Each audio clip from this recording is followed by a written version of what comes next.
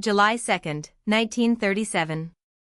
Somewhere over the Pacific Ocean, a small silver plane cuts through darkness and fog, running dangerously low on fuel. Inside, the most famous woman alive grips the controls. She's been awake for 20 hours. She's lost. And then, silence. The radio goes dead. Amelia Earhart and her navigator Fred Noonan vanish without a trace. No wreckage. No bodies. No explanation. Just a mystery that has haunted the world for nearly 90 years. Amelia Earhart wasn't just a pilot. She was a revolution. Born in 1897 in Atchison, Kansas, she grew up fearless, climbing trees, shooting rats with a rifle, refusing to sit still for a world that told women to be quiet and small. She saw her first airplane at age 10 and felt something click. By 1928, she became the first woman to cross the Atlantic by air, though she flew as a passenger and hated that. She wanted the controls. In 1932, she got them, crossing the Atlantic solo, alone, in the dark. The world went mad for her. She was bold, she was glamorous, and she was done playing it safe. By 1937, Earhart had one last goal. The most ambitious flight in history, a circumnavigation of the globe along the equatorial route. Nearly 29,000 miles. No one had done it. She partnered with Fred Noonan, a brilliant but troubled navigator who had helped chart the original Pan Am Pacific routes. They were the best possible team for the most impossible mission. The attempt didn't start well. On March 17, departing from Hawaii, the plane ground-looped on takeoff. The landing gear collapsed. The aircraft was badly damaged. The mission was scrubbed. Earhart refused to quit. She spent 2 months repairing the Lockheed Electra, reconfiguring the route to fly east instead of west, and preparing for a second attempt. June 1, 1937. They depart from Miami. The journey goes remarkably well at first. South America, Africa, India, Southeast Asia. They're setting records, covering ground, making headlines. By the time they reach New Guinea, on June 29, they've completed 22,000 miles. Only 7,000 remain. But those last 7,000 miles include the most treacherous leg of the entire journey, a tiny speck in the vast Pacific called Howland Island. 2 miles long. Half a mile wide. Essentially invisible from the air. And they need to land there. The morning of July 2, they depart at midnight local time, carrying 1,100 gallons of fuel, the absolute maximum the Electra could hold.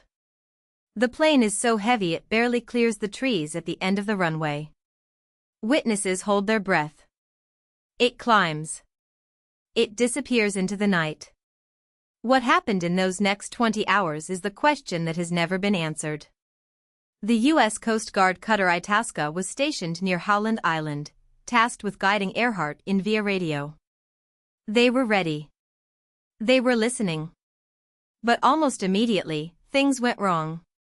Earhart and the Itasca kept missing each other's transmissions. She could hear them. They struggled to hear her. She was broadcasting on a frequency that made direction finding nearly impossible. The Itasca sent smoke signals, burned oil, did everything they could.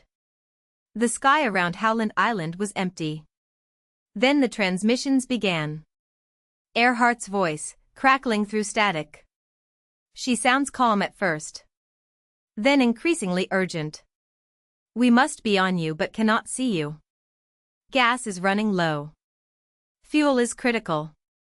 Noonan can't get a fix. Cloud cover has made celestial navigation impossible overnight, and the rising sun creates glare that blinds him further. They are somewhere in a search box hundreds of miles wide. And the clock is ticking. At 8:43 in the morning, Howland Island time, the final transmission cuts through. Her voice is high and tense. She gives a line of position, a bearing. She says they are running north and south. And then nothing. Silence. The Itasca keeps calling. No response. The ocean swallows the signal. The search that followed was the largest in U.S. naval history to that point. Battleships, aircraft carriers, destroyers, 65 aircraft. They covered 250,000 square miles of ocean over 17 days. They found nothing. Not a piece of debris. Not a fuel slick. Nothing. And that's where the official story ends. But it's also where the theories begin. The simplest explanation is that they ran out of fuel, ditched in the ocean, and sank. The Electra would have gone down fast. The bodies, lost to the deep. It's heartbreaking, but it's probable. Most aviation historians still hold this view. But not everyone is satisfied. One theory points to Gardner Island, now called Nikumaroro, an uninhabited atoll roughly 350 miles southeast of Howland. If Earhart missed Howland and turned south on that final bearing, she might have reached it. And here's where it gets strange. In 1940, British colonial officers found a partial human skeleton on Nikumaroro. A woman's bones, estimated at 5'7" Earhart's height. They also found a sextant box, a woman's shoe, and empty bottles. A U.S. State Department analysis at the time dismissed it. But modern forensic analysis in 2018 suggested the bones were consistent with Earhart's measurements. The original bones? Lost. Conveniently, catastrophically lost. Researchers have also recovered artifacts from Nikumaroro, pieces of aluminum that may match the Electra's skin panels, a jar of anti-freckle cream consistent with brands Earhart used, and signals that amateur radio operators in the continental U.S. claimed to receive in the days after the disappearance. Signals that sounded like distress calls. Signals no one followed up on seriously enough. Then there's the darkest theory.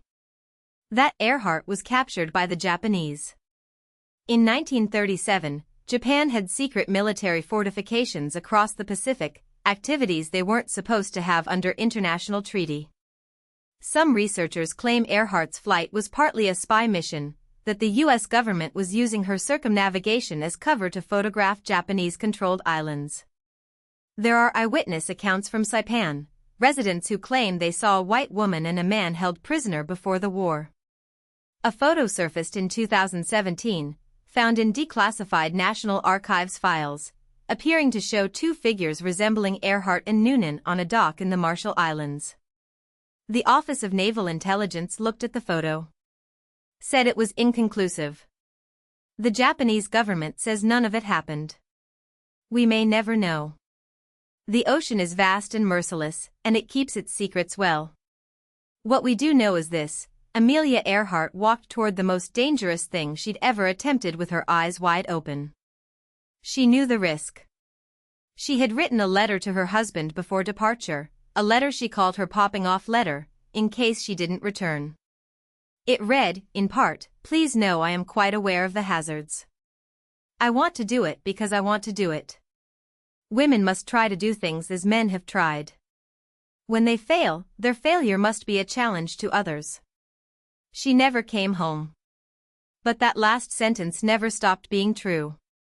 The disappearance of Amelia Earhart remains officially unsolved, one of the greatest mysteries of the 20th century. No confirmed wreckage. No confirmed remains. Just a silver plane, a last transmission, and a silence that has never really ended.